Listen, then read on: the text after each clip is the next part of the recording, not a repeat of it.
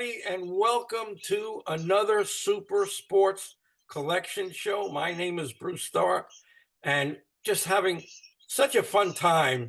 There's my guest who waiting in the background there for me to introduce him.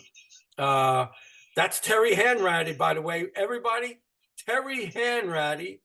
My luck, I was able to connect with Terry, and he was kind enough to accept my invitation to do the show.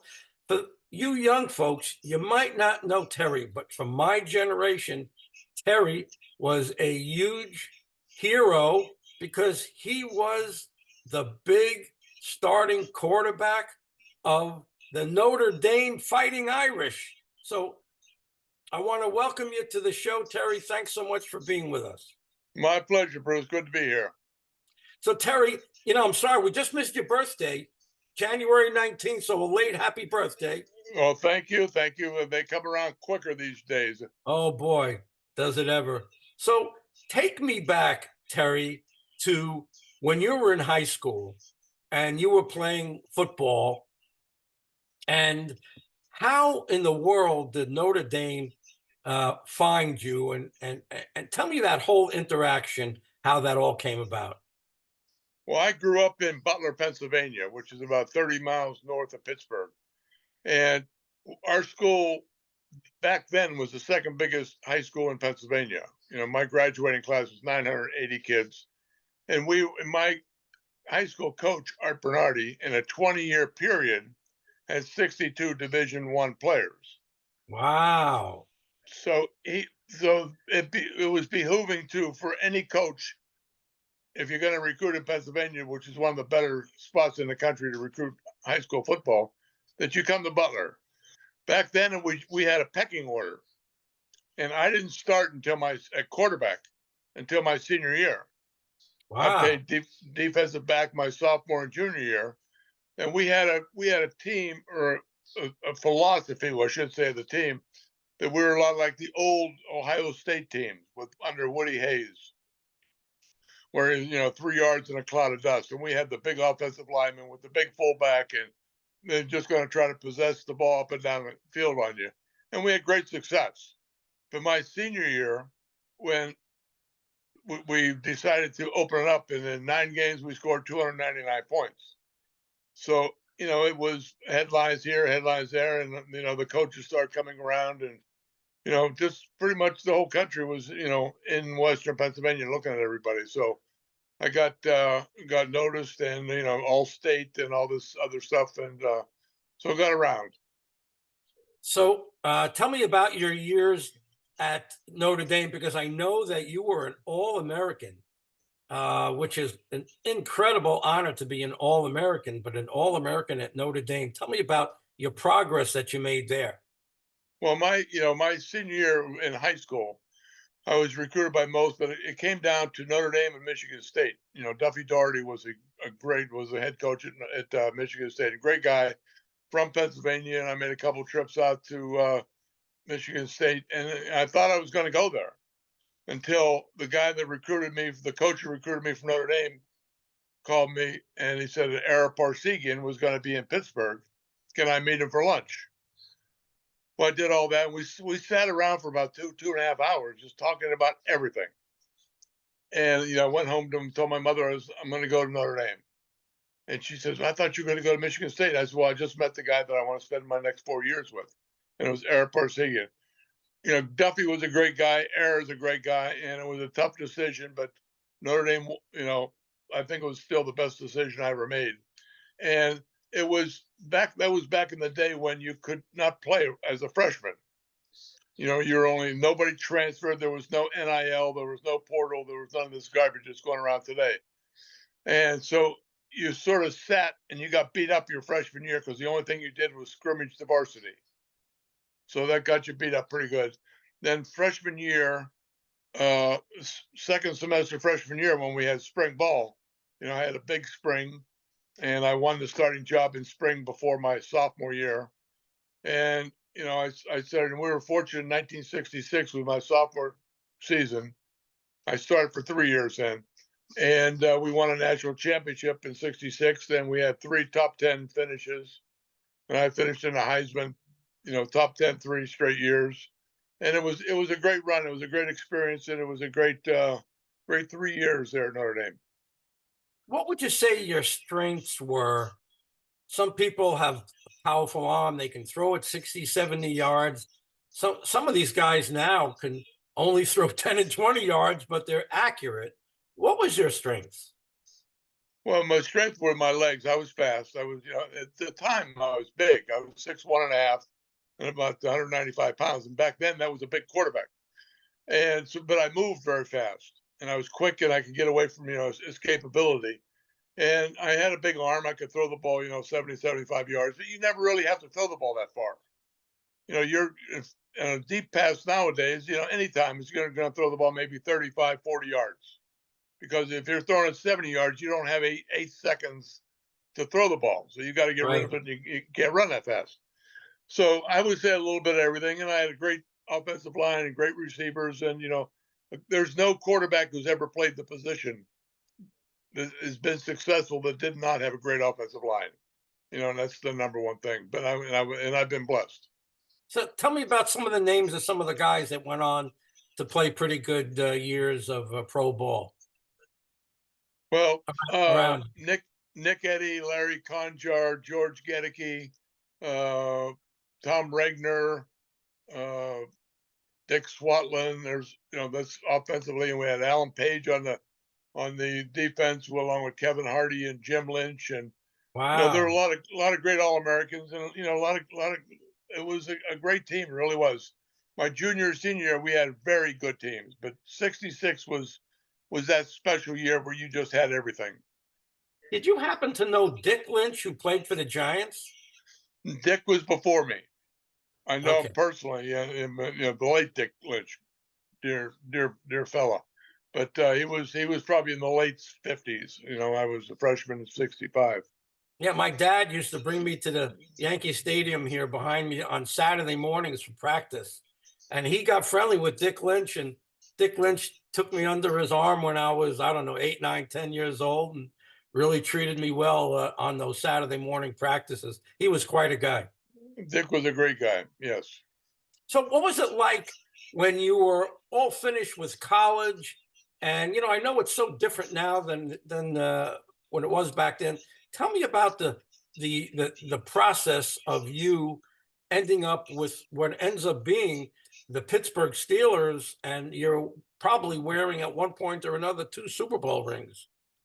I have 2 Super Bowl rings that are in my sock drawer. And I never wear them because if you wear them, you really want attention. I'm 76 and I don't really need the attention. So I just let them sit there.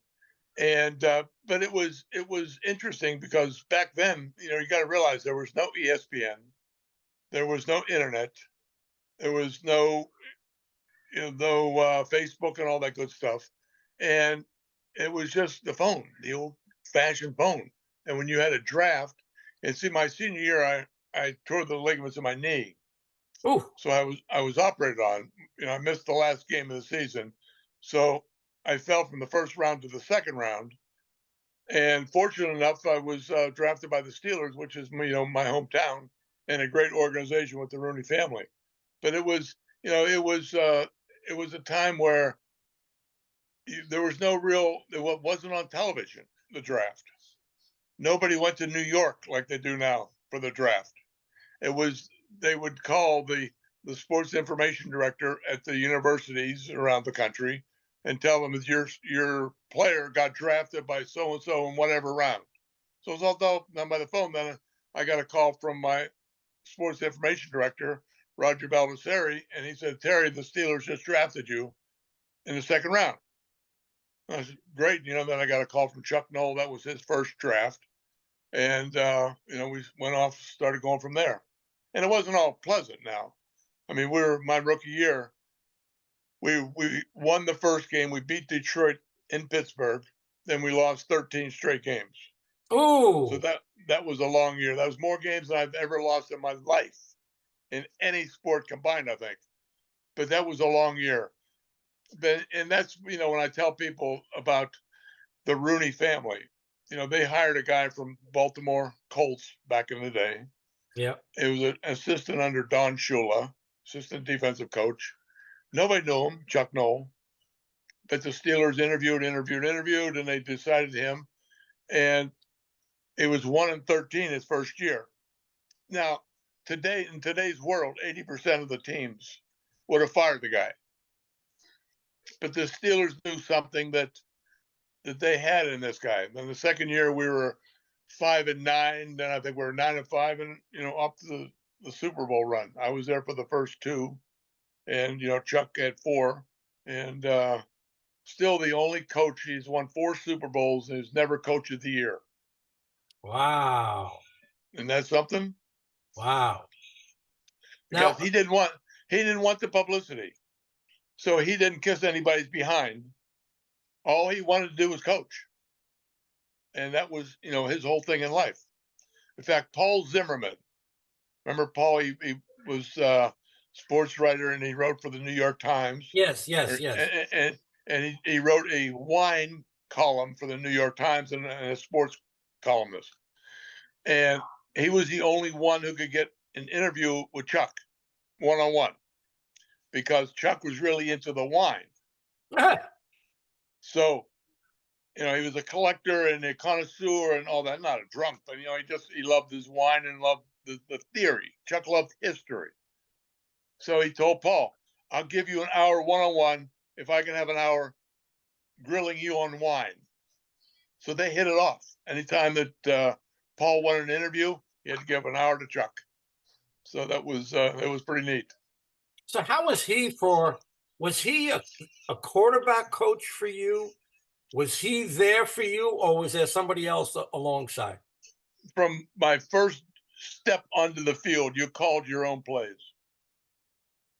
And it was interesting because, you had a playbook that was huge, and you had just a certain amount of time to digest the whole thing, but you called your own plays. Chuck was a lineman. He was a guard for the Cleveland Browns. And we never really had a quarterback coach. We had a running back coach. And, but, nowadays there's probably 20 coaches out there. We had maybe 7 coaches from, offense and defense. So you really never had a quarterback coach. So you pretty much, learned on the job training. Wow. So you called your own plays. If they were right, you look like a hero. If they're wrong, you look like a bum. So you just sort of live with it. And eventually a guy named Terry came along. What was that like? He stole my name. No, I was a rookie in '69, and I started. Terry came in 70. We split time 71 and 2, I believe. And then he won the job, and I backed him up for 7 years. I was there 7 years, and I spent my last year with Tampa Bay, the first year of that franchise. So it was Terry and I good friends. I mean, we got along very well, and so I just saw him at Franco's funeral. So we had a good chat there. So it was fun times. I mean, you got to realize the Steelers, by the time we won our first Super Bowl, it had been 40 years. The Steelers won nothing. Wow. So it was a long run, and the Rooney family were just the salt of the earth. I mean, everybody wanted to play with them, play for them, because they were such great people and great owners. And Mr. Rooney would come into the locker room after a loss, and you wouldn't know from him whether you won or lost the game. He would just say, he'd always come up and congratulate you. You did your best. You did your best. Good game. Good game. We'll get him next time. None of this ranting and raving and calling people out. And, he treated it more like human beings back then. It was fun to play for them, and very obviously very profitable. I know you just said that you stayed friends with Terry, but tell me about some of the real deeper, because I know, boy, when you're in that on a team and you're playing for years and years together, it gets really deep. You get some fantastic friendships out of that. Tell me a little bit about that. Well, that's the whole key about football, because it takes 11 people on offense to be successful and 11 people on defense to be successful. Baseball, the pitcher is pitching and he's pretty much on his own. The guy center field could care less what the guy at first base is doing. there's much more individual, and basketball is pretty much nowadays all individual, 3-point shots. And but back then, football is such a great sport because it teaches you how to get along with people, and it teaches you teamwork. And I always tell anybody, I worked on Wall Street for 35 years, and I said, if you're ever going to, sign up an athlete to work for you, first of all, you look for an offensive lineman Ah! because they're the most dedicated, and that offensive line, those 5 guys work so tightly together. They Wow. got one another's back, and they know teamwork. I said, that's the person you go for. You don't go for the quarterback. I lucked out, and they took me before I told them. But no, it's and you have these deep relationships, and you don't, and it's not like you have to call everybody once a week to remain friends. I haven't seen some of these guys in 10 years. When I went back to Franco's funeral, and it was like yesterday I didn't see them. So it's really a neat camaraderie that you have in that sport. And when you have a loss, everyone feels it deeply, I'm sure.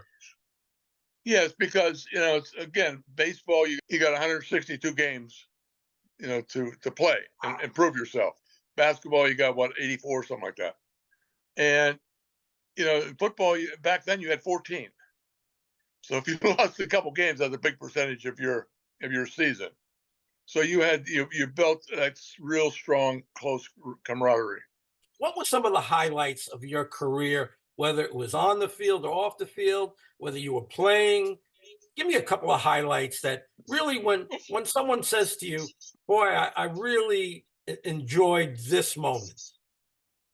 Well, in college, the highlight would have been, it's not one particular play that I did or one particular game. It's really the 66 team, how we all came together and we won a national championship. I mean, that doesn't happen very often for schools. I think we still lead. I think we have about 7 or 8. I forget now, but it goes way back. And I think in the pros, it's definitely after our first Super Bowl, when you have the commissioner, Pete Rozelle, up on the stand, I think with Brent Musburger and I forget who else, Chuck Noll, and Art Rooney Sr., the guy who bought the team for $2,500 Oh back my in God. back in like 1935 or something like that. And this great old Irishman, he's standing there and as proud as a peacock. And it waited 40 years for something like this. And you could not have been happier for one individual than that man at that time. Wow. What a story. What a story. Terry, I appreciate you coming on the show. I want younger people to know what sports was like because it is so different. We've talked about that. I want to get these kids collecting cards and memorabilia. And, you were such a strong and influential and honorable leader back then. When I saw your name passing along on internet, I said, I'm going to do whatever I can to get Mr. Terry Hanratty on the show. And I knew you would be everything that I can see you being on the show here. And I'm so glad that you've decided to spend a little time with me here. I appreciate it. My pleasure, Bruce. Thank you. Well, thanks so much, Terry. My name is Bruce Starr, and we are here on the Super Sports Collection Show. God bless everybody. Take care. We'll see you again next time. Bye-bye.